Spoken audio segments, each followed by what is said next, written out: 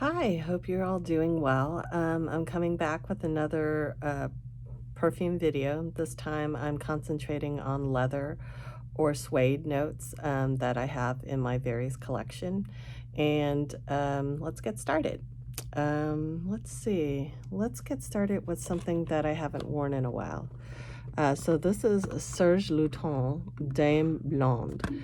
So basically, Daim is French for suede, and this is a delightful suede, apricot, and musk note. This is like a really nice fruity leather that's a little bit feminine. So the leather and the suede creates like a nice fruity accord that's slightly unusual. You wouldn't know if you smelled this accord that it's a combination of apricot and suede, but it is. This one I envision sort of like those old-fashioned women from the film noir days that have those sort of Veronica Lake sort of wavy hair, like Jessica Rabbit maybe, where the wave goes over that one eye. So they'd be kind of tough and also feminine and sexy at the same time. This is what I kind of envision for this. So this is Serge Lutens Daim Blonde. It's quite different from their usual sort of spicy incense line. This one is like floral and leather and apricots. So give it a try if you ever get a chance. Quite nice. Okay, so let's contrast that with another that is a little bit more conventional. Okay, so if you like just plain leather, and this is like big, masculine, kind of dry sofa leather, you know what I mean? Like a very full leather. You might want to try Cuir Intense by Guerlain. This one is like a full-on, like full leather in all its glory. It's not mixed with too many other types of notes that are distracting from it. So what you get is this full-on leather, sort of intensely in your face leather throughout. And this is like very strong and lasts for hours.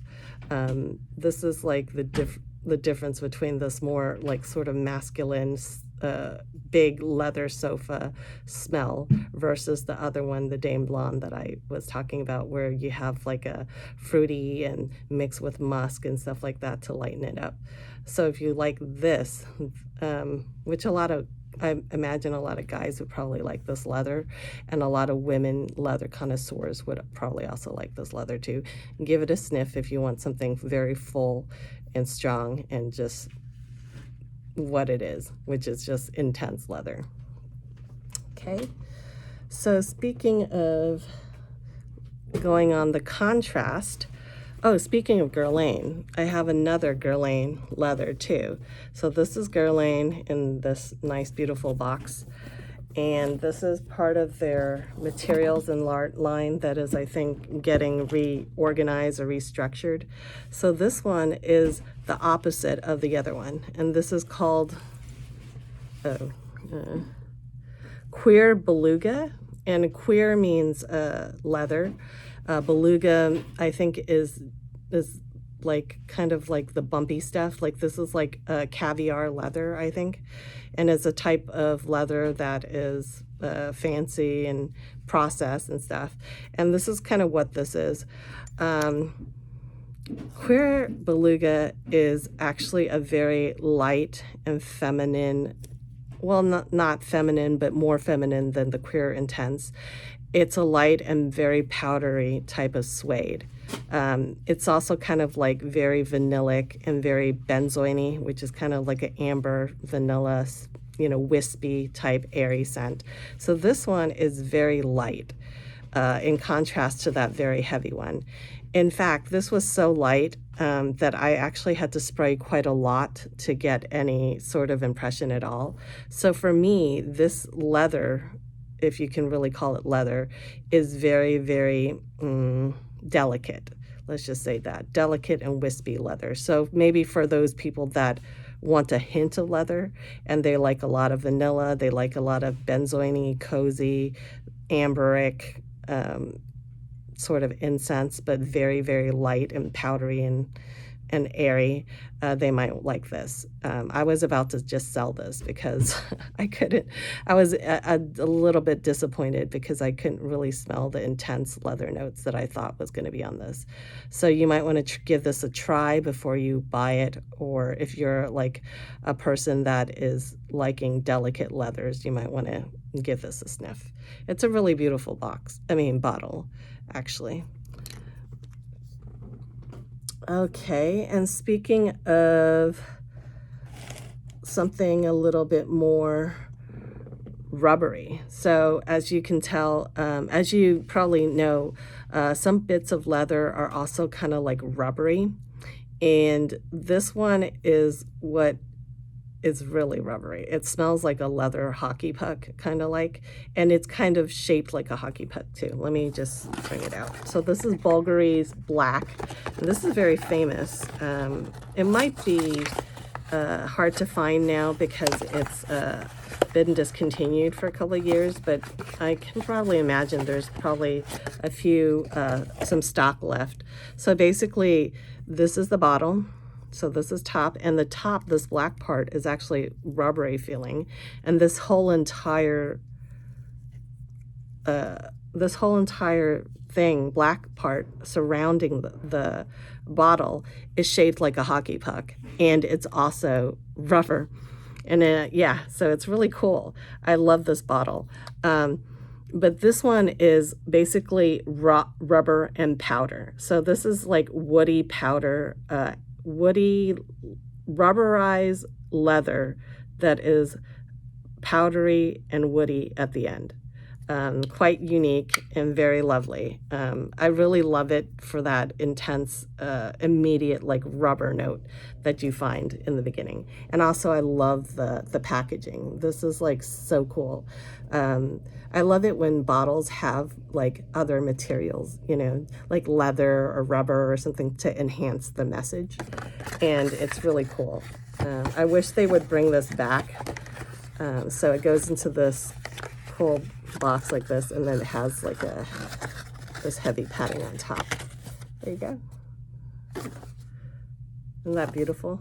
Yeah, so that's like one of my more unique scents that I like. Speaking of unique, let's go to this one. So this one I've done a previous video for, but I didn't release it because the audio quality was really poor. So I'm going to revisit it. And this one is one of my favorites from this house called L'Artisan Parfumeur, and it's called Dzing. So if you can see, it's like a whimsical woman in a bikini straddling a tiger. So basically it's like a playful take on leather. So basically leather is like this beastly masculine kind of ferocious note, and then you have some wacky fun lady that's like interacting with it. So this is kind of what it is. So basically this is like a leather gourmand, and I think this was like this is a forerunner because of the nowadays gourmands that you see everywhere. So this was like a very daring thing that was done like years ago by a very famous woman perfumer. I think it might be Jacobetti, I'm not sure. But anyways, this is leather and caramel and musk and a whole bunch of cool things. It's actually for those people that want something a little bit surprising. And yeah, if you want to have a playful leather that is also yummy and gourmandy, give this a try. This might be actually discontinued, but there might be bottles out there floating in the wilderness or on eBay, whatever that is. Give this a try if you want to try something a little bit unusual. We usually don't get leathers that have this type of treatment where they kind of mix in caramel and toffee and these other notes to make it like playful like that. So if you want a break from like the traditional, very serious, very dark leathers, give this a try. This is super fun, and the bottle is super cute too. Let's see. Okay, so speaking about fun and feminine, let us revisit this bottle. Yeah, this had already featured in my previous video about tonka bean, and this also has leather notes in it too, but it is very well integrated, so you actually don't smell the leather. But what I think, this is like vanilla, tonka bean, florals, musk, very soft and powdery, very innocent, kind of clean. So what I think the leather does in this type of perfume is it keeps the vanilla and those fluffy notes from getting too sweet and cloying. It kind of brings it down a notch and gives it a little bit of depth and seriousness.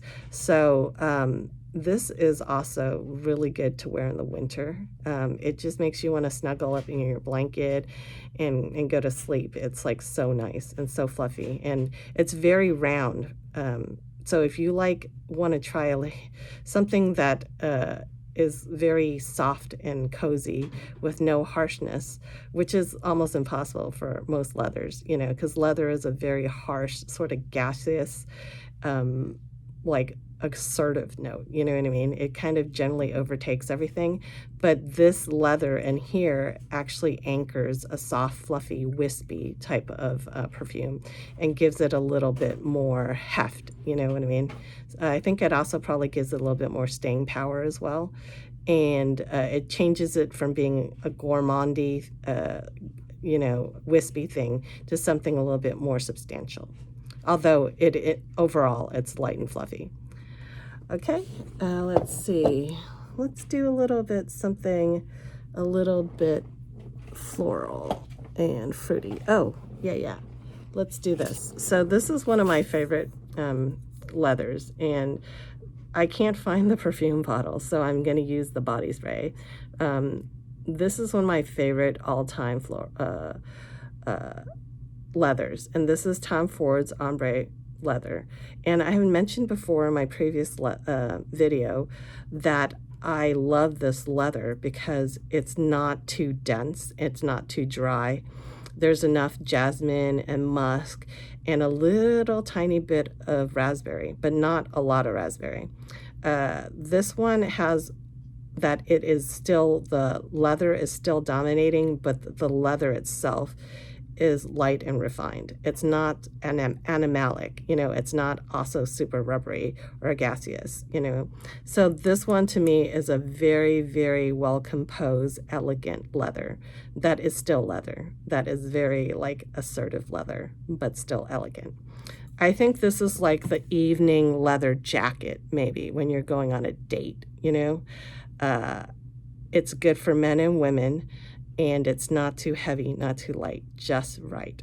Other types of this type of fruity leather I've had before, and one of them is the black saffron from Byredo, and I sold that one. It was part of a traveler set, but I did not like that as much as this because I felt like that one was too fruity. So that one was more like a raspberry that had leather notes, and that one to me didn't really seem as refined or as well balanced as that, as this one. Okay, so next we'll go to let us do something a little bit more fruity.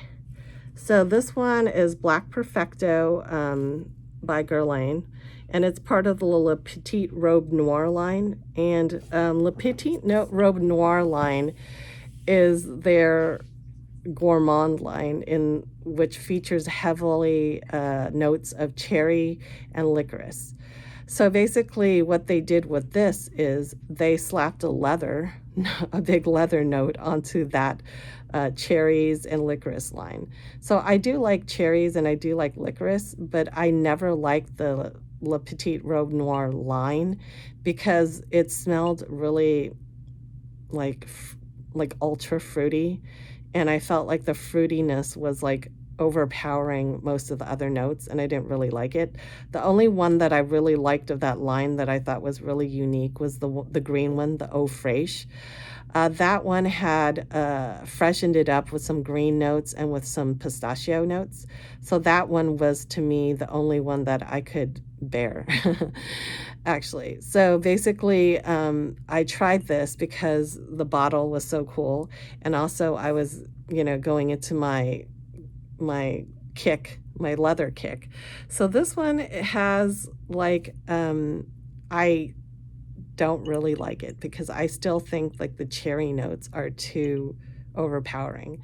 So what it smells like, it smells like leather notes and the strong rose, strong cherry, and they put it against the Eau Fraiche background. So it has like a fresh notes too, like green, and it's also kind of like nutty too at the same time. So it's kind of like a strange mixture and strange combo that I don't really care for. So this one is going to be decluttered. If I actually had the space, I would probably keep it just because I really love this bottle. This bottle is the famous Mitsuko Guerlain bottle that's kind of like I think it might be inspired by Asian pagodas, the Asian buildings with the pointy roofs and the curly Q sides. So I would keep it for that if I didn't have a space problem with my giant perfume collection. So, I mean, if you really like something unusual and fruity and nutty and rosy at the same time with leather, you might want to sample this, but I don't think this is like a very safe blind buy. It's probably very polarizing. Most leather is pretty polarizing, especially if you also mix in like gourmand and also like cherry and those fruity notes. Okay, so let's go to someone that I really, really like. And it's not that leathery, but has a strong leather note. But it's very mixed in with other very nice notes as well. And this to me is actually like an old-fashioned, but still amazing, complicated, old style, sort of more like a heavy, feminine, powdery oriental. So this has leather, but it also has orange, it has spice, it's incense, and also coffee. So this is from the house of zoologists, and this is based on this cat. This cat is called Civet. So civets are famous in Indonesia for pooping out coffee beans that are then sold as coffee luwak. I think it's the most expensive coffee in the world. So that's why there's coffee beans in the notes, because it's associating with civet cats. Basically, this is like a very well layered, old-fashioned, powdery oriental that has lovely notes of amber, incense, leather, and florals in it. So if you want to try something that is a little bit more unique, a little bit more nuanced, a little bit more powerful than the simplistic type of gourmand perfumes, you might want to try this. And don't just try it once, try it several times. Some people might say it's old-fashioned. Yeah, it's not really like the 5 notes modern perfumes that are transparent. This is like a hefty perfume, okay? And this carries a lot of weight, but I think they do it really well. And to me, this is a masterpiece. And I want to rush over to get like a large bottle before this gets reformulated. Because I feel like anytime there's any perfumes that have a lot of notes that are well composed, they're going to get reformulated, because when you have a lot of notes, you're spending a lot of money, right, to get all these notes and everything incorporated. It's not cheap. So if perfume houses are going to cut corners to maximize their profits, or if the ingredients are getting very expensive, which I feel like they are going to get expensive very soon, they're going to try to make it more simplified, right? Another thing is I think that this type of perfume doesn't go well with a lot of perfume collectors. I mean, a lot of perfume people that just want to smell like pretty and good, because it's very not serious, but it's kind of deep in it. It requires more testing and more contemplation. And it's also not an everyday perfume. This is maybe like a winter perfume. It's very, very strong and it's assertive. So it's not for your lighthearted people that just wants to smell pretty. It's, it's more of a, maybe for people that likes to analyze, what this note is, what is this note, and stuff like that. But anyways, if you ever get a chance to give this house, Zoologist, and this particular perfume, Civet, a try, because it is probably going to make you pleasantly surprised in terms of composition and everything. This also won prizes too, as a matter of fact. So here you go. All right, let's do something a little bit. So this one is an opulent house, and look at how well it's packaged. By the way, I always try to keep my perfumes in the package if I can. Sometimes you can't, because sometimes the packaging is so flimsy and poor that it disintegrates right away, or it gets crushed, or it just gets worn out, and it's such a pain to put the bottle back in that you don't want to keep the packaging, and I totally understand. But this one I totally do. So this is from the Merchant of Venice, and this is called Byzantium Saffron. So I love this because this one has the notes on front. So it says basically Greek red saffron, white suede accord, Indonesian patchouli, and crystal amber. So this is like a beautiful suede leather perfume with a saffron note. So the saffron is look how beautiful it is. Look at that. It opens up like that. And then there's your beautiful bottle, and this gorgeous red glass bottle with a tassel. And it has, that has this beautiful thing on the side. So basically, it's a collection of Oriental perfumes, and by appointment to Palazzo Mocenigo, the perfume department. I don't know what that is, but anyways, let's bring out the bottle. I hope you can see this really well, because this bottle is not just plain red. It's actually like striped, you know what I mean? And it's really cool because it's like those Venetian, it's like, playing up to the Venetian glass sort of heritage and this line is known for their beautiful glass bottles. And so this one is a beautiful sort of suede saffron. And saffron kind of has like a leathery type of spicy flavor to it, actually. So it's like double leathery. So it's not just suede, it's like suede saffron, and it has a bunch of floral notes too. But the end part is what's really nice about it. It's like a clear, transparent, like amber that is not muddy. You know what I mean? Because sometimes amber is like kind of murky. This is like a clear amber. So it's like a serious, dry, saffrony, slightly spicy, slightly oriental amber that is still clean. And this one doesn't project too much. It's kind of close to the body, which I like, because when you're wearing these type of heavy leather amber perfumes, you always have to keep in mind where your surroundings and whether people are going to be grossed out by the smell. A lot of people actually don't like leather because it's kind of gassy smelling, it's a strong chemically smell. So I like this because I can smell nice and serious and wintry without grossing people out. Although I don't wear, to me this is strong, I can still smell it, so I don't wear a lot of this at one time, maybe 2 sprays. Okay.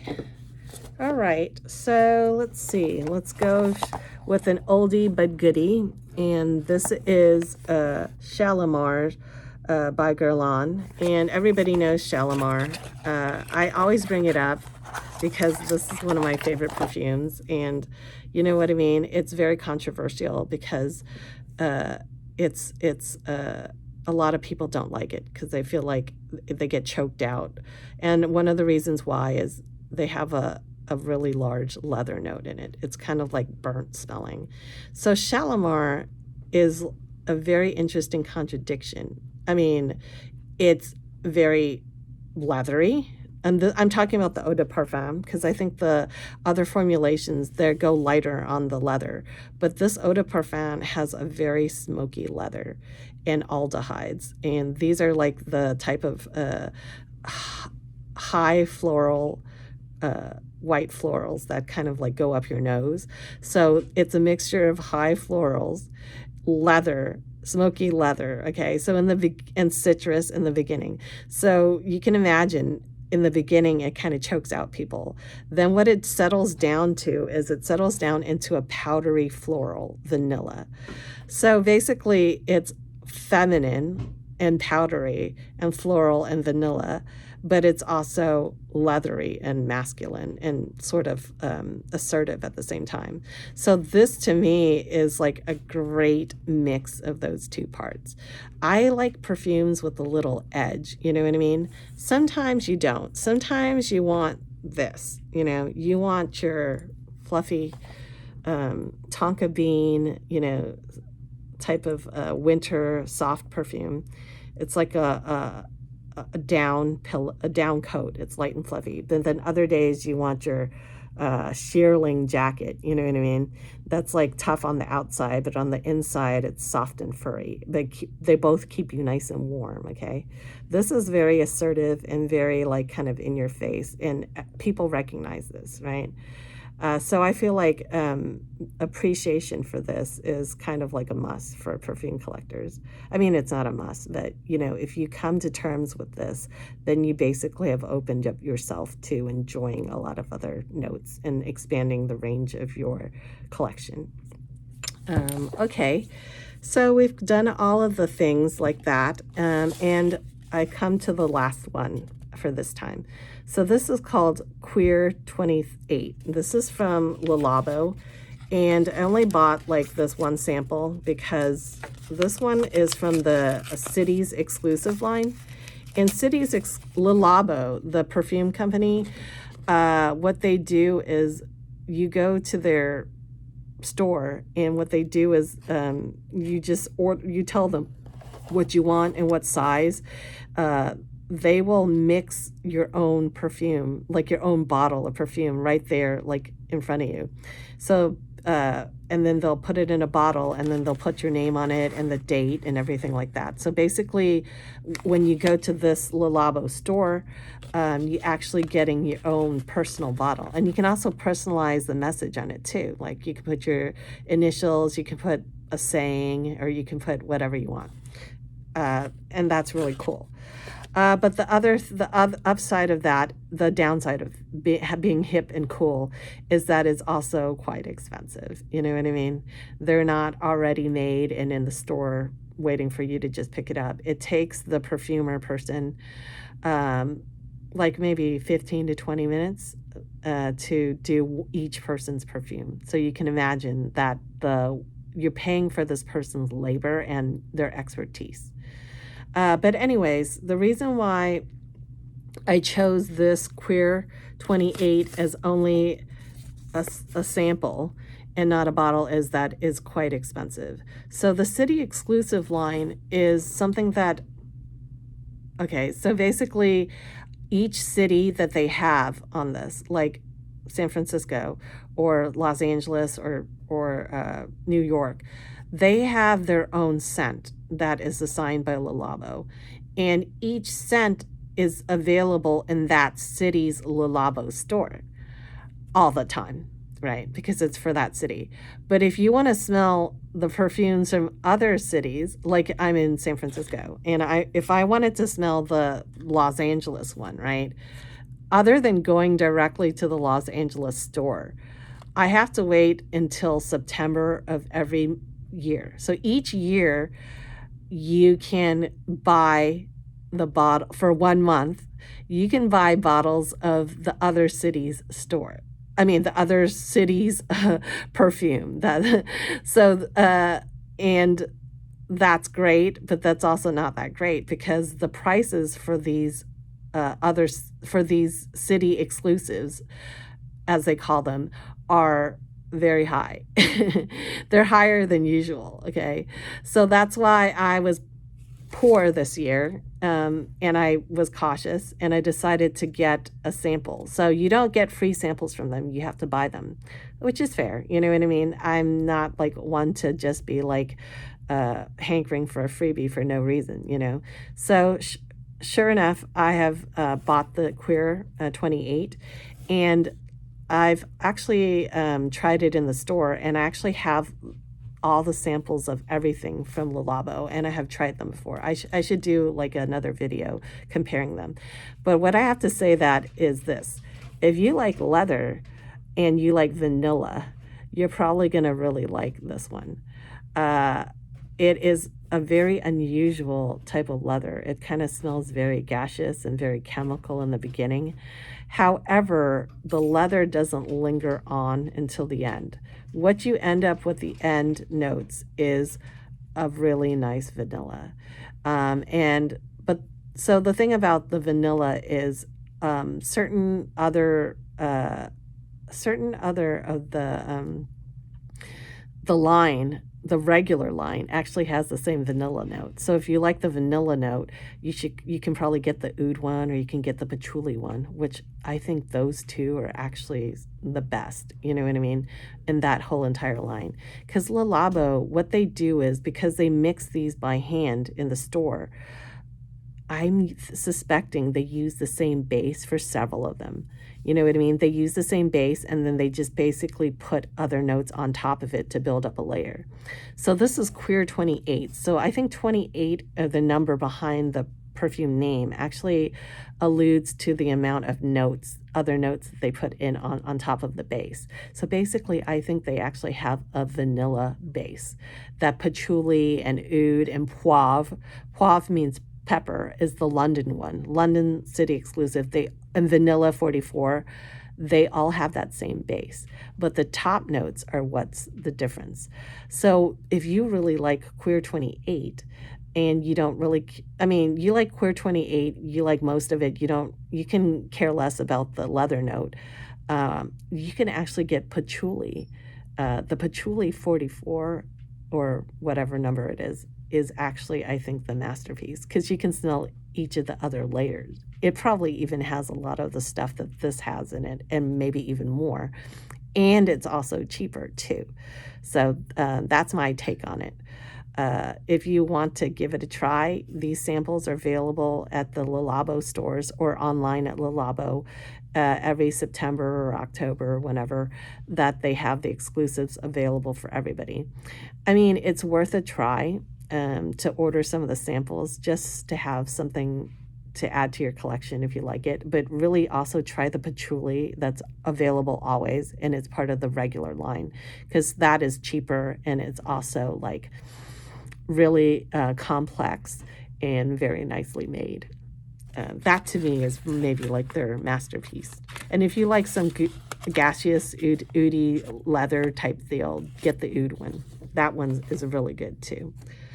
Okay, well, thank you so much for participating in my today's perfume video.